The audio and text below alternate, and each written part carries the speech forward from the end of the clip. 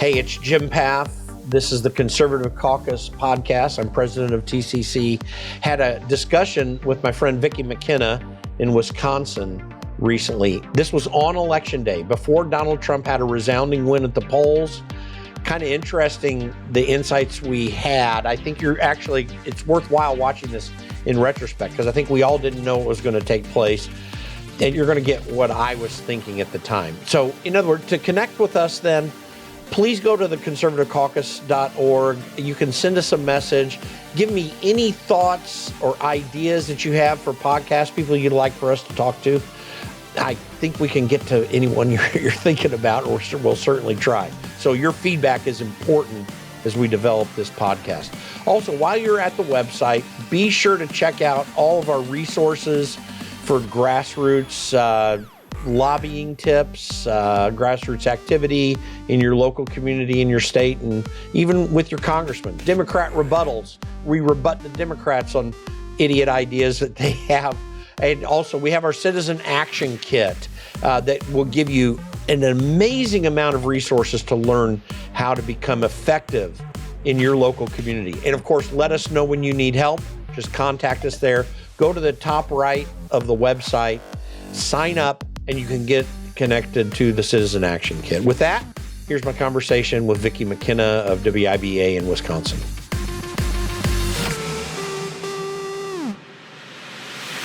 Welcome back to the program. It's the Vicki McKenna Show. Jim Pfaff from the Conservative Caucus joins me on the program. Yesterday, you were on the program and you said, I think a minimum, you said, of 286, and you were thinking that maybe as high as 315 electoral votes for Donald Trump. By the end of this all, we may actually be at your high end. Thanks for coming on the program, Jim Pfaff. I appreciate it. I mean, top, 50,000 foot thoughts right now. Well, I was saying 311 to 315. I think it's going to end up that way. Michigan was just called. I'm confident looking at the numbers that Nevada and Arizona come in, and that's going to put us at 312 is what it's going to be. So that's what I think the end result is. Listen, this was a resounding ultimatum from the American people against Democrat policies, woke policies, inflationary spending, and expansion of government into individual lives, censorship, and lawfare. The American people made it very clear we're not going to have it anymore, because not only will Donald Trump have gotten 312 electoral votes, he has won so far. The popular vote has him up nearly 4 points nationwide, which, by the way, makes me wonder, how in the world did Joe Biden get those 81, 84 million votes? Because Kamala Harris could only scrub up about 3 million. So, well, yeah, actually, we should talk about that specifically. Yeah. Barack Obama had about, 66 million votes. Hillary Clinton had about 65 million votes. Kamala Harris had 64 million votes. And there's Joe Biden with 80 million votes. I mean, please, tell me you cheated in 2020 without telling me you cheated in 2020. And by the way, it's hard to put the specifics behind what that might be.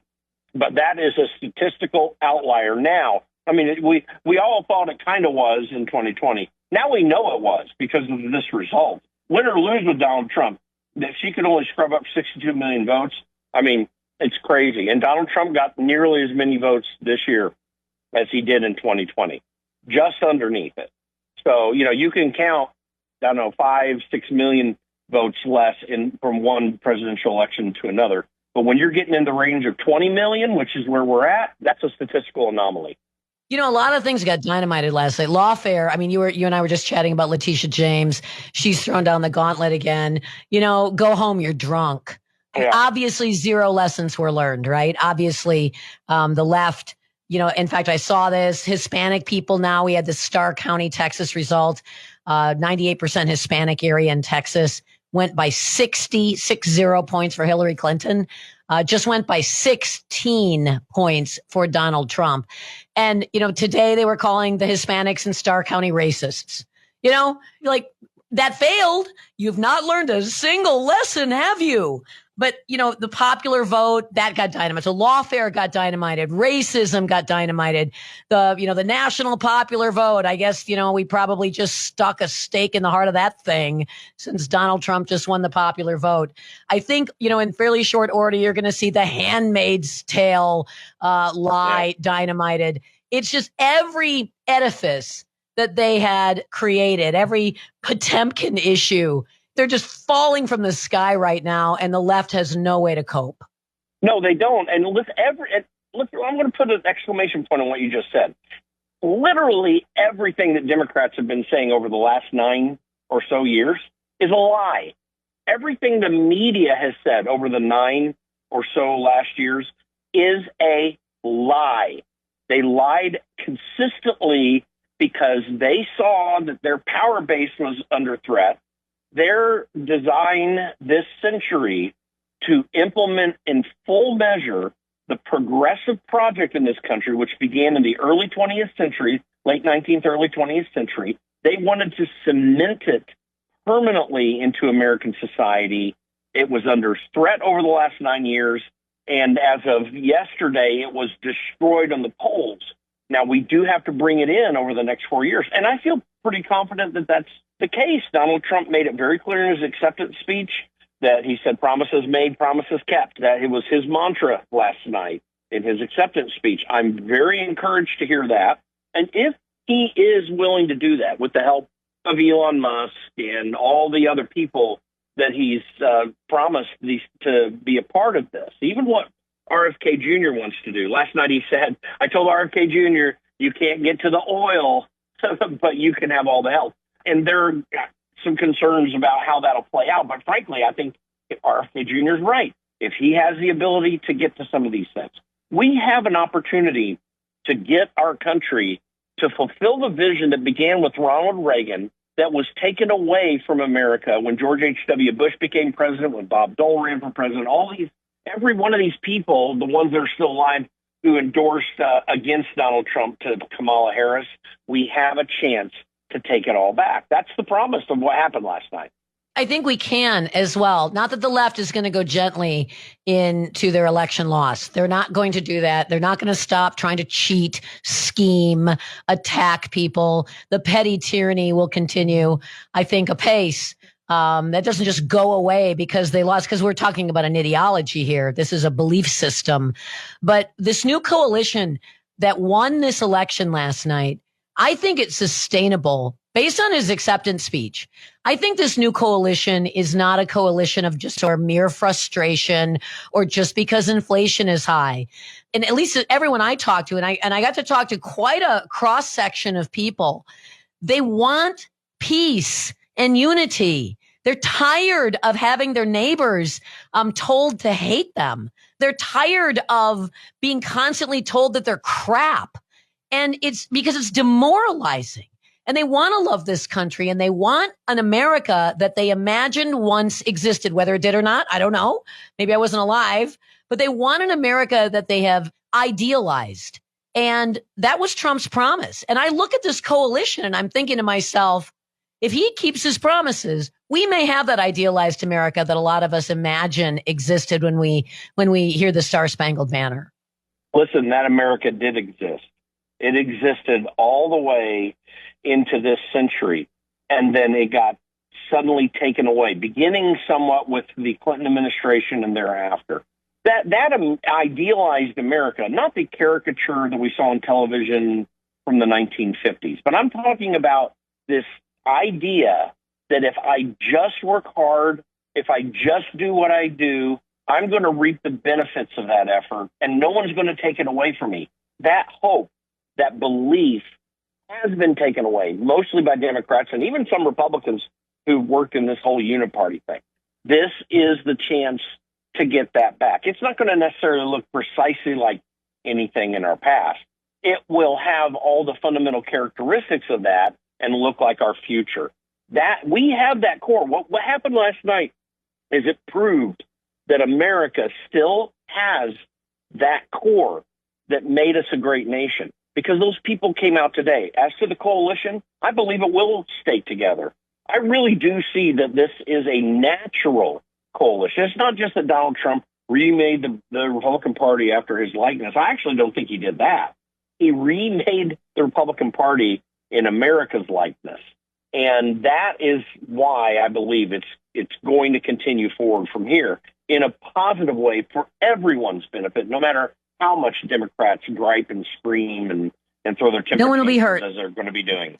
Yeah. Not a single person's going to be hurt by Donald Trump being president. And a lot of people would have been hurt by Kamala Harris being president. Not a single person is going to be left out of access to the American dream. I like how you put it, the soul, the core of America, the heart of America is still strong. And it showed up last night. But that was the thing that was always frustrating to a lot of us is, you have these people on the left who, call you all kinds of everything from garbage to Hitler. I mean, the most dehumanizing things. You're thinking, are you setting everybody up for like mass imprisonment and genocide? Because this is what nations that eventually did that started with. And a lot of us we're also willing to forgive. Welcome to the party. Nice of you to join us a little late. Have a beer. That's how a lot of people in this new coalition are. When Tulsi Gabbard and RFK came to Madison and asked how many people were Democrats or former Democrats, 30 to 40% of people raised their hands. And nobody booed them. We were like, welcome to the party. What took you so long to get here? And we could ask ourselves the same question. What took us so long to figure this out? I think it's sustainable. I want it to be, at least. That's what made me so overwhelmed last night when we finally got the call that Trump went to 277 in the electoral count. Listen, people in Wisconsin, they do know what this looks like. They've had this from time to time, even in the recent future. And I think that is a good baseline to help understand it. But let's also consider what else has taken place here. So Illinois, Donald Trump lost Illinois by 8 points. That is half what he's ever lost it to. He only lost New York by 10 points, actually 11 points. Listen, he barely broke 30 in the past, okay? He got 45% of the vote in New York, which I don't know how people understand this, but that's huge. In other words, he won the state except for New York City. And then you look at New Jersey, and he only lost, I think, by 2 or 3 points. What I really think also needs to happen is he needs to go in and consolidate those gains in states like that. Obviously, go into Wisconsin again and Michigan and Pennsylvania and consolidate the wins, but go into these other Midwest states and Northeast states and consolidate the gains. Because the core of what we are as a country can be held together in the future if those gains are held. If we can set those baselines electorally in the future, it can help us Republicans expand their majorities in Congress in 2026, and with maybe hopefully some very conservative people, and then it can restore the ability for the next presidential election to have someone who is a visionary. That seems likely to be J.D. Vance, which I would be very pleased with. There are some other opportunities, I guess, there too. We'll see how that all plays out, but we just need to be able to make it so that any leader running for president must appeal to that base. I mean, you go all across the country, but that base does form the core of what America's about. It's union workers. It's folks in inner city communities that are sick and tired of this. The black vote is much greatly increased for Donald Trump. He needs to definitely expand upon that. And then it's all the people, evangelicals and Catholics. He won big with Catholics last night. Those numbers were way up. These are the people that make up the core of this country, make it up what matters about it. And so go in, consolidate those wins, and then implement the policies, and he will have an amazing 4 years as president. Last question for you, Jim, and that is this RNC team. I mean, neither one of us were too high on the RNC. I mean, you can't take this away from them. Pretty amazing. I'm also pretty surprised. Well, I'm not going to give them high accolades. They did do well. They did better on the legal aspects of shutting down potential problems in this campaign than has happened in a long, long time. So that was a massive, huge gain.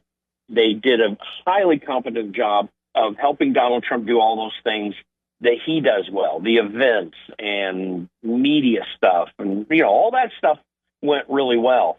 I would say that the messaging that happened through their media, their paid media efforts, the video and radio stuff that they did, all that was really good. But there's one thing that they did not change substantially. They did better at, but not substantially. And that's the grassroots politics that it takes to win. Because to be candid, it was done by other people. And you have to give Scott Pressler and Cliff Maloney huge credit for winning Pennsylvania. That would not have happened if they hadn't put the effort in. The RNC could not have gotten it done, not even the Trump campaign. So there are still some lessons to learn in traditional Republican politics. There were some positives, as you point out, but the fundamental core of the RNC and the basic Republican machine has not changed in any way because they did not yet step up to the game. It's just like the Tea Party movement. You know, the NRCC, the National Republican Campaign Committee for the House members, took a lot of credit for the Tea Party, and they had literally nothing to do with it. It was entirely a grassroots movement. So that's what we got to remember. And it was outside it was outside the party. Yeah, I think, maybe the melding of Turning Point into the RNC could be something, a union that could be somewhat more or less permanent. I wish I had a little bit more time with you, Jim. Wonderful evening last night. Thank you so much for joining me on the show today. And thank you for giving me a little background info last night. I had to keep a hold of all this. I'm so thankful for the folks in Wisconsin. All right, Jim Pfaff, the Conservative Talk Caucus, and we're going to take a break on the Vicki McKenna Show. So before we get into any closing thoughts, we'll clip out just a final little thought here coming up. I just want to thank you for listening to the Conservative Caucus podcast. Always appreciate it. Be sure to check out our show notes. You'll get some more information there, any pertinent information about the guest and links to our organization. And it'll give you some updates to specific links about what we're doing, what we're putting out there that are relevant to this. As we develop this show in the coming weeks and months, I just need your feedback. It would be very critical. You can email us at info@theconservativecaucus.org.